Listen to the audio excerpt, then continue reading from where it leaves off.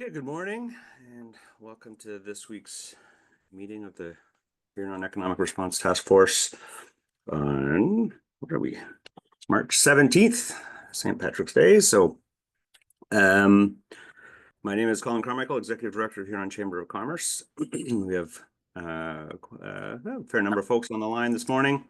And again, the purpose of these calls is to just touch base with all of the participating organizations, members of the task force who are supporting our business community, just to ensure that we have the best resources possible up on the task force website and to flag any emerging issues that perhaps have come up over the weekend or since we last chatted.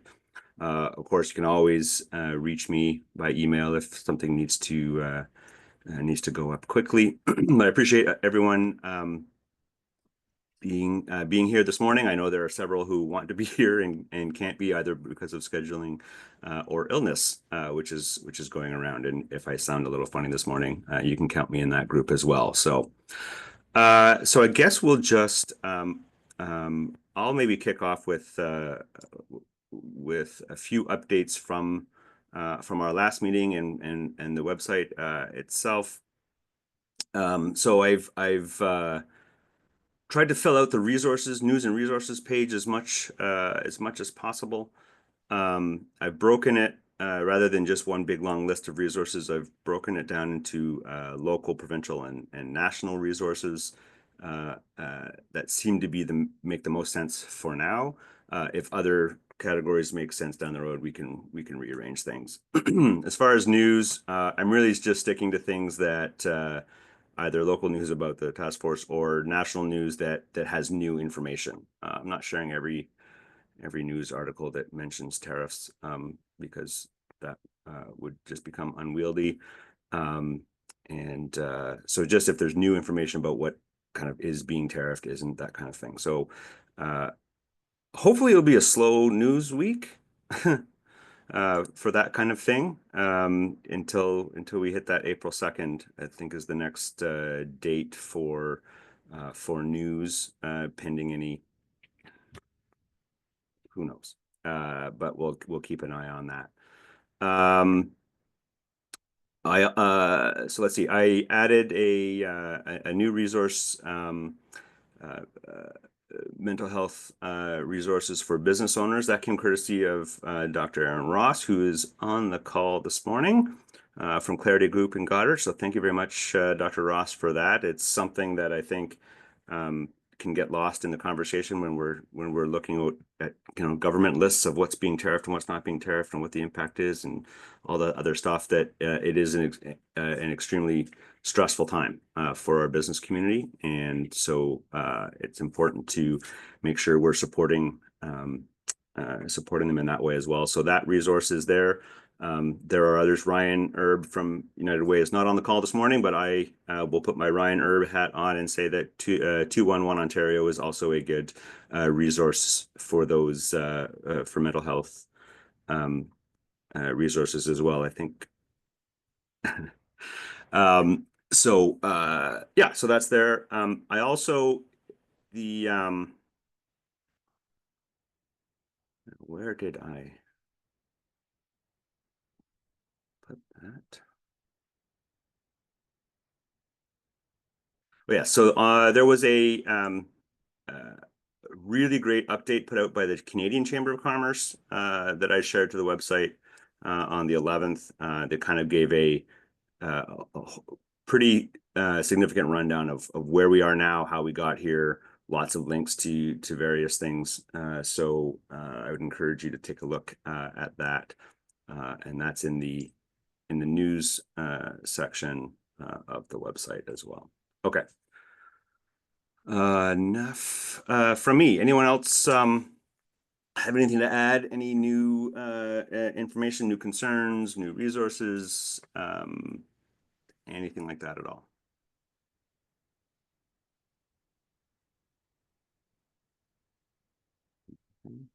Morning, Colin. Good morning, Ritu. How are you? Good. How are you? I just wanted to highlight again the same issue I'm facing regarding the website access. So, do you know how I can access that website here in the office? Yeah, no, so I did so just for everyone else, Ritu isn't able to access the Huron Task Force website through North Huron's firewall, I guess. I don't know if anyone else is having that issue. I did forward that on to our partner at Akira Studios who runs our websites for us, and it seems like probably because it's a brand new website, whatever the filtering software that the township's using isn't recognizing it. He's submitted a request to have it whitelisted. But again, it seems to be it's a AI based kind of, it takes a best guess on what's a valid website and what's not. So we've done everything we can on our side. I don't know if anyone else has had trouble reaching it or not, but hopefully not too many. Yeah, your IT, Ritu, should be able to just allow that website to come through because I know our firewall here blocks social media, but because social media is part of my job, I'm allowed to use it, right? So it Thanks, should be all done Cheryl. through. I'll ask them. Yeah, it should be all through your IT. So Thanks.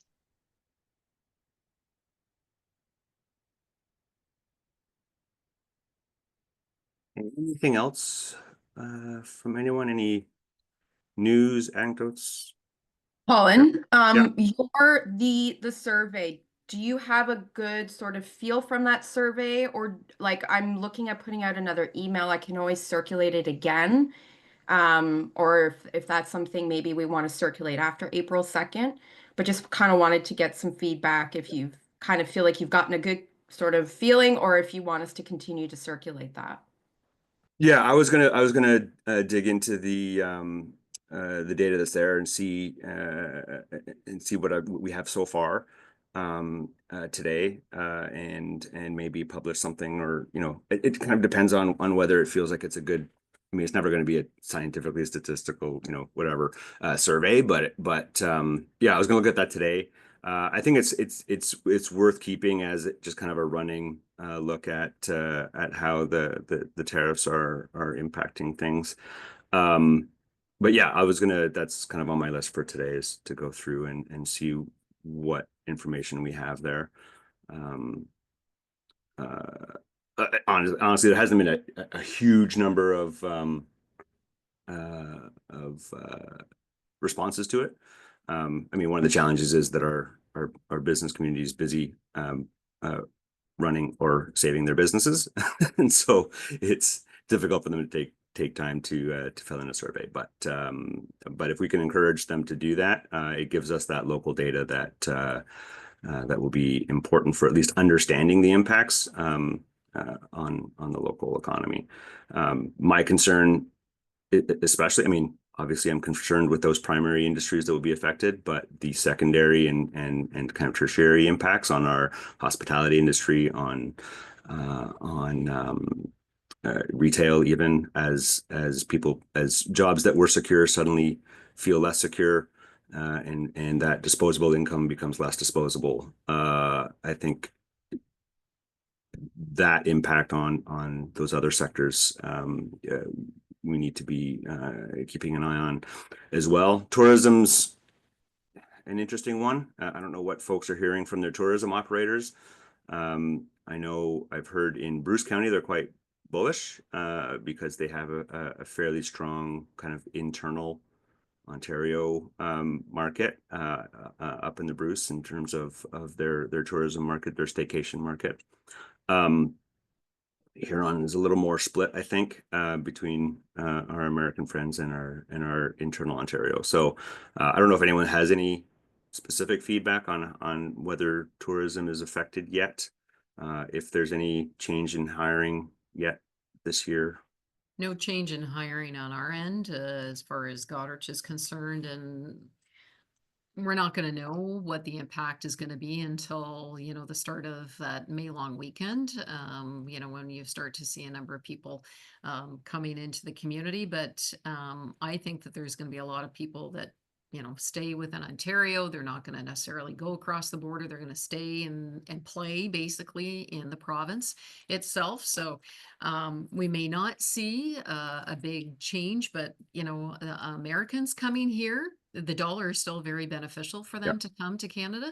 So I don't see, I think, even your Bayfield and Lori's as Blue Water CAO, she's here on the call.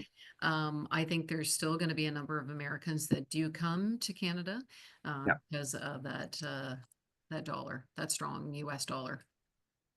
Yeah, there's no tariff on tourism, at least not yet. So I know that FCM representatives, I was listening to CBC on my way into work this morning, and FCM representatives feel like their meeting with their US representatives went very well.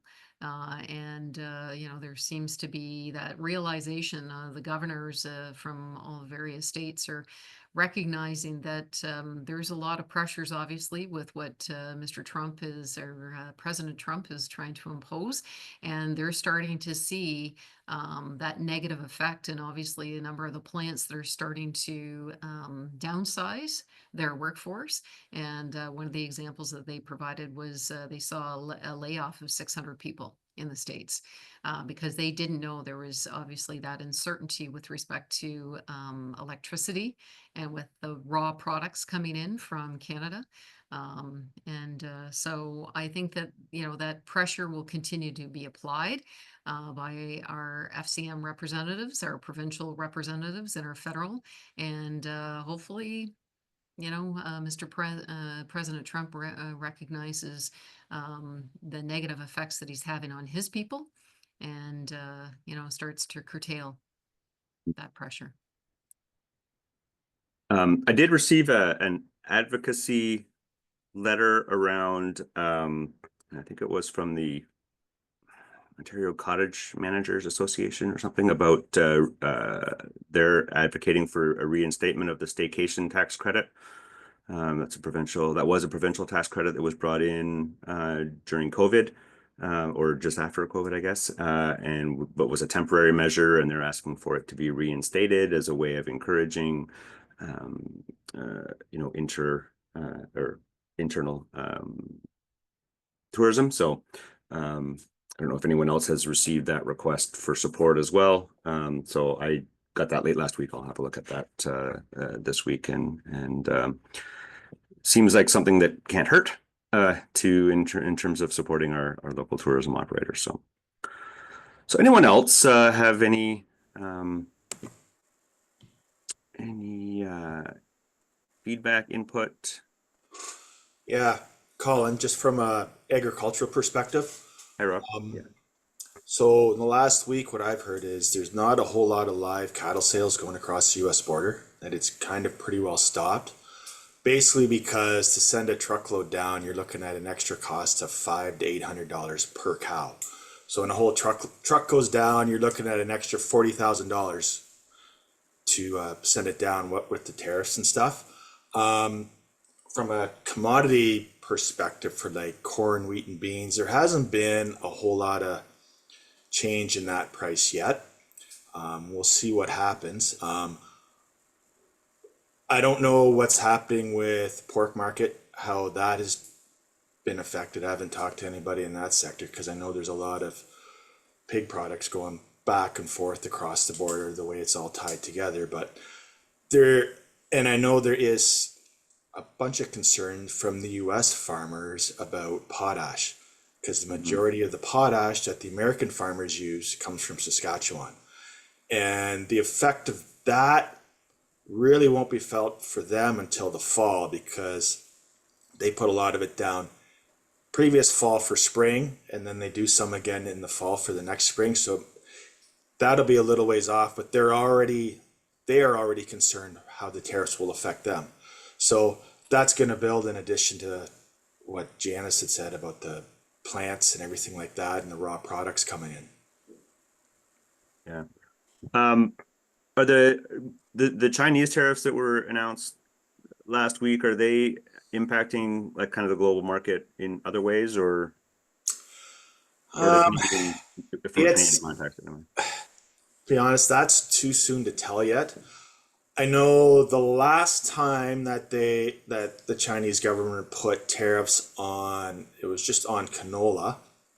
There was still canola meal and canola oil that was being shipped across to China, just not canola itself.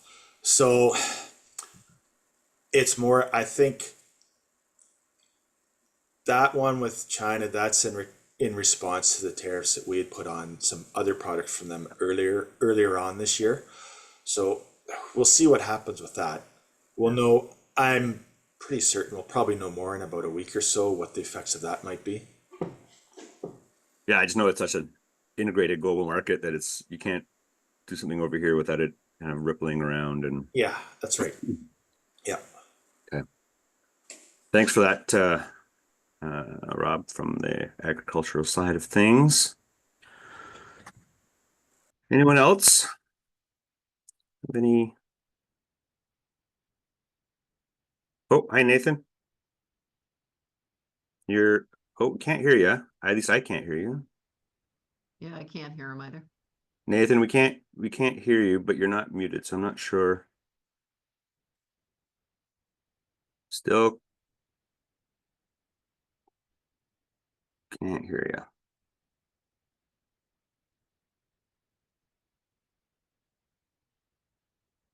Okay. Give him 2 minutes. I think he's coming up on his phone. Bring it. Close off there. All right. Can everybody hear me now? We can hear you now. All right. Yeah, there must be something with my computer. Anyway, so we're industrial knitters. I don't know if anybody knows what we do. So we're 60% of our stuff's going stateside. So we're doing the drainage. We're doing the drainage stock for all the tile manufacturers. We're doing the round hay bale netting as well. We're also into erosion control market as well. What we're hearing is the drainage market is slow. We did a test shipment last week. So far, our textile stuff hasn't been touched. We're not too sure what's going on. That's a day-to-day for us.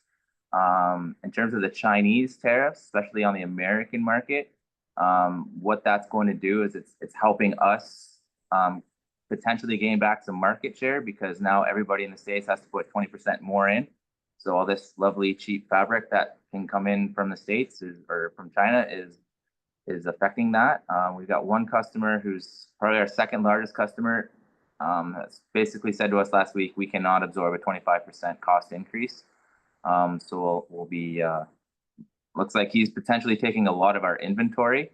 So then we'll see what we do in terms of what we stock here.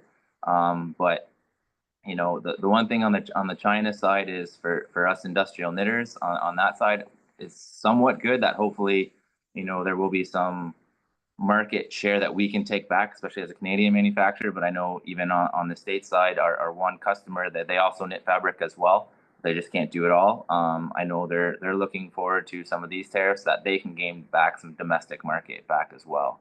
So there's kind of some pros, a lot more cons though, I think from our end, especially just the nightmare of having stuff cross the border. Like it's literally like you do a shipment and you hopefully you don't get charged duty, and then you move on to the next shipment. Right.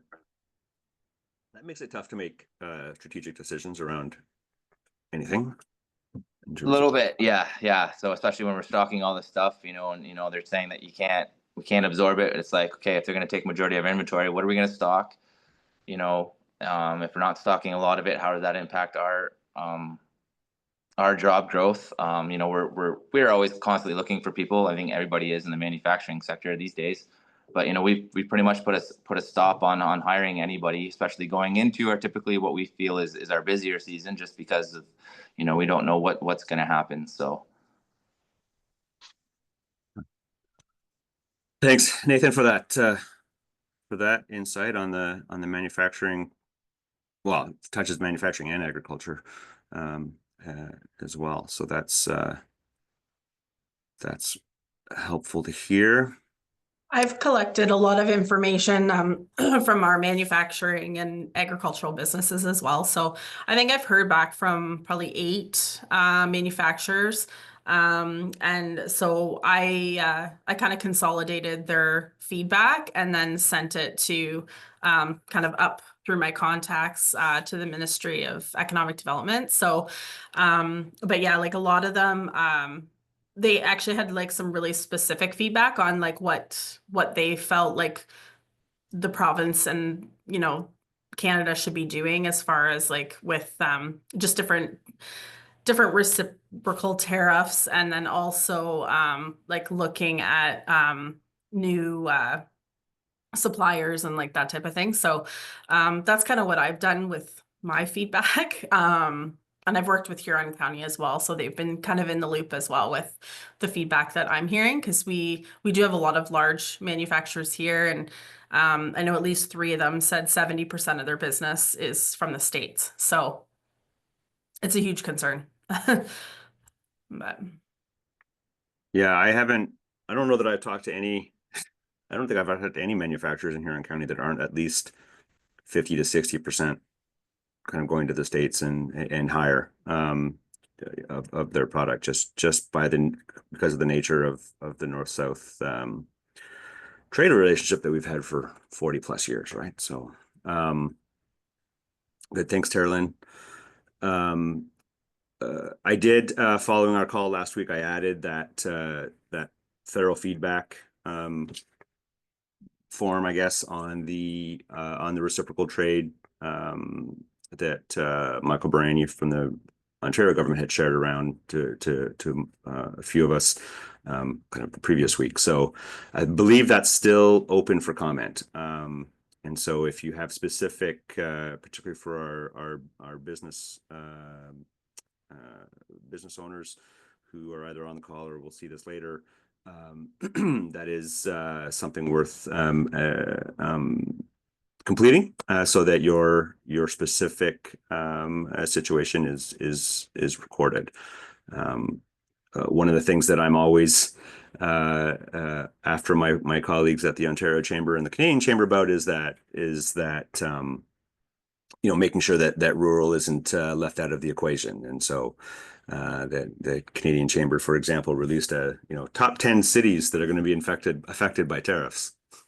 I said, agriculture is not going to be captured in any of those cities. So let's make sure that we're counting outside cities as well. So that, ensuring that it's, when we're talking about large, not even, we're talking about the manufacturing sector. We're not just talking about the super large manufacturers that are in our urban centers, and that our smaller manufacturers are counted as well. So that's kind of part of why we're here this morning. Okay, 8:56. Any last words from anyone before we get to work on this Monday morning? I don't know if anyone has green coffee this morning, but I see lots of green shirts, so that's good. No Irish tariffs as far as I'm aware. Very, very nice, Lori. Okay, then I will call that a meeting. Thanks again, everyone, for participating. And again, we'll be here every Monday morning until we don't have to be. And hopefully we can again, also, I will say that please share the information about this check-in call as widely as you can. It is open to anyone.